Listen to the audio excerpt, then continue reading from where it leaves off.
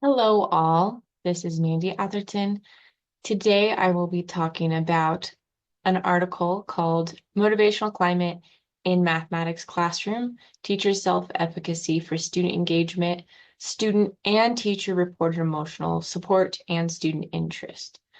When I first picked this article, I thought that the hardest thing was just going to be choosing which article to pick.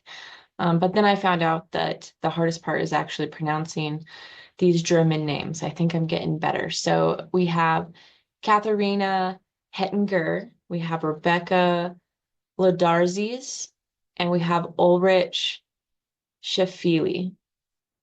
Cool. The purpose of this paper was to identify how teacher self-efficacy for student engagement contributes to students' mathematics interest within secondary education classrooms through this longitudinal study. I love longitudinal studies because I feel like you really get a good scope of what is happening over this space and time. Three research questions that they primarily dealt with were student engagement at the individual level and class level in mathematics classroom is positively impacted by, this is what they were searching. Number one was teacher self-efficacy, the self-perception in teaching tasks successfully. So that's talking about instructional strategies, classroom management. The primary was on student engagement and the capabilities to motivate students, especially those students with low interest in actually learning math. The second thing they were studying was perceived emotional support. So that's students actually feeling supported by their teacher, noticing student difficulties, acknowledging their emotions, opinions, and also supporting students' social and emotional functioning. And the third thing that they were looking at investigating was student interest, and that is the student relational investment, whether that was situational, like class-wise or individual student-wise. They were searching at whether the student is actually interested in this math. So all three of these research questions were actually looked at from the student's perspective and also from the teacher's perspective. The background and theoretical perspective was using a self-determination theory. They were looking at competency, autonomy, and relatableness. Basically, students' motivation is enhanced with experience, feelings of relatedness or belongingness with others, and they were treating this as the baseline. So our methodology, again, this was a longitudinal study, and it was done over the span of these years, these 3 years right here at the beginning of ninth grade, the beginning of 10th grade, and then halfway through or the middle, yeah, of 10th grade. Something that was really interesting within this study that was done in Germany is that they have different tracks for students when it comes to secondary school. So some of them are going to a trade school. This study was specifically done on the category called gymnasium, and this is where students are actually going straight to university right after. It is very comparable to like British grammar schools, US prep schools, so pretty prestigious and pretty rigid. Okay, we are going to scoot over here to the participants. So there were 50 secondary math teachers, 66% were female, 94% were German born, and there were 959 ninth graders with a little less female and also a little less German born. And this was across 30 different public schools and 92.8 were on the specific academic track of this. Okay, so on to the measures. So mathematics teachers were actually given a survey for self-efficacy. This was developed by Tanserine Morden and Wolfric Hoy in 21. And this was a 3-item scale. It ranged from 1 to 5. Some of the common questions that were asked there were how much can you actually help your students value learning? How much do you do to motivate students who show less interest in schoolwork? And how much do you improve the understanding of a student who is failing? They also asked questions such as For the student and teacher perceived emotional support that ranged from 1 to 5. Those questions looked like, to what extent do the following statements apply to your mathematics lesson? Our teacher takes time whenever we want to discuss something with them. Our teacher cares about our problems. Our teacher shows us that we are important to them. They also ask teachers to rate themselves using that same scale and those same questions. What I thought was interesting is that they didn't just look at opinions here. It wasn't just survey. They actually had math teachers take an educational knowledge test over these categories right here. It was just like a 23 question multiple choice.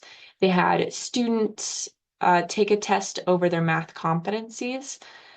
This was a sensitive standard competency test that was developed in Germany. When they analyzed this, they were looking at using this program M plus and inter-class correlations, which is abbreviated as ICC, were computed. That was for math interest and for student perceived emotional support. There was also metric invariance and measurement that was used to actually look and make sure that this was valid over time, that it was actually testing what it was supposed to throughout the 3 times that they tested the teachers and the students. And then it also used a chi-squared goodness of fit model with very specific criteria. Now we're on to the actually really interesting aspects of all of this. And I'm going to reference the findings in the center here, as well as our conclusions and recommendations as well. So before I jump into conclusions and recommendations, I want to actually turn your attention to this top graph for findings. And if you look closely, the solid line means that this is significant, and it'll actually have the amount that it is significant at, and the chi-squared. So the higher the value here, the more it is correlated. So 0.61. Math interest for the time 1, so the first time that they were interviewed, is a predictor of math interest the 3rd time. So that happened both in the classroom and the student level, where math interest at the beginning of 9th grade was a predictor for math interest at the end of 10th grade. That didn't change significantly. Something that was also highly correlated and significant, that's what the little 3 stars right there mean, is that your p-value is less than 0.001. So that means very, very significant. Something that I found interesting too was that teacher self-efficacy for students, when they were interviewed the first time, was positively correlated with students' reported emotional support. So teachers being perceived with self-efficacy was a predictor of students actually seeing them as emotionally support. The weird thing about that is that just because students saw themselves having high efficacy doesn't mean that the teachers reported themselves as having high emotional support. So the students perceived the teachers as having high emotional support, but the teachers didn't perceive themselves as having high emotional support. If you kind of follow this along, so self-efficacy leads to teachers or students believing that their teachers are emotionally supporting them, which also is very significantly, that's the 3 little asterisks there, very significantly correlated with mathematic interest.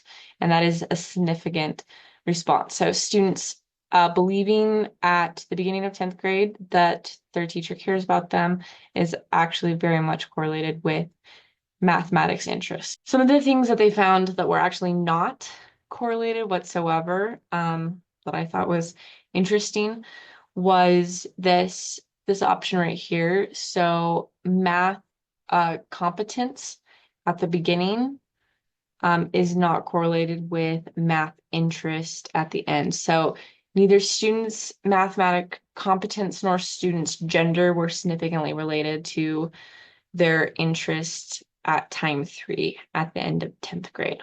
If you take a look at this table below here, it is another representation of this Venn diagram. And so all of the ones that are bolded here are stating that they are significant, which means the p-value is smaller than 0.05, or in this case over here, smaller than 0.001, which is very, very significant. You can see math interest right here at time 1 is highly correlated and very significant to the math interest at time 3. That was the very first thing that we mentioned. So this is just like a mathematical, all the numbers that are behind this. Okay, if you can turn your attention to conclusions and recommendations, the very last little part over here. So one of the conclusions was that teachers' self-efficacy for student engagement was positively and significantly related to student perception of support. So students having the perception that their teacher cares about them is again right here related to teacher self-efficacy. And then we talked about how that relates to mathematics interest over here. Students, but not teachers' perception of emotional support predicted math interest. So these are not correlated, but these are. No reportable difference in student perceived support based on teacher education knowledge, years experience of teacher, gender, or math competence. In general, so other forms of support in math classrooms may be important, such as instructional support, adaptive teaching strategies, and effective scaffolding. This study was specifically just looking at the emotional support that teachers provide and students feel that teachers provide. A conclusion that we can think about here is to strengthen mathematics teachers' self-efficacy. That is kind of the key for students to perceive that they are emotionally supported and then be interested in math. And the way that that can be done, so strengthening teacher self-efficacy can be done by means of direct interventions, video-based training, and in-service training. And those were some things that these lovely writers mentioned. Okay, y'all, I hope you have a beautiful day. Bye.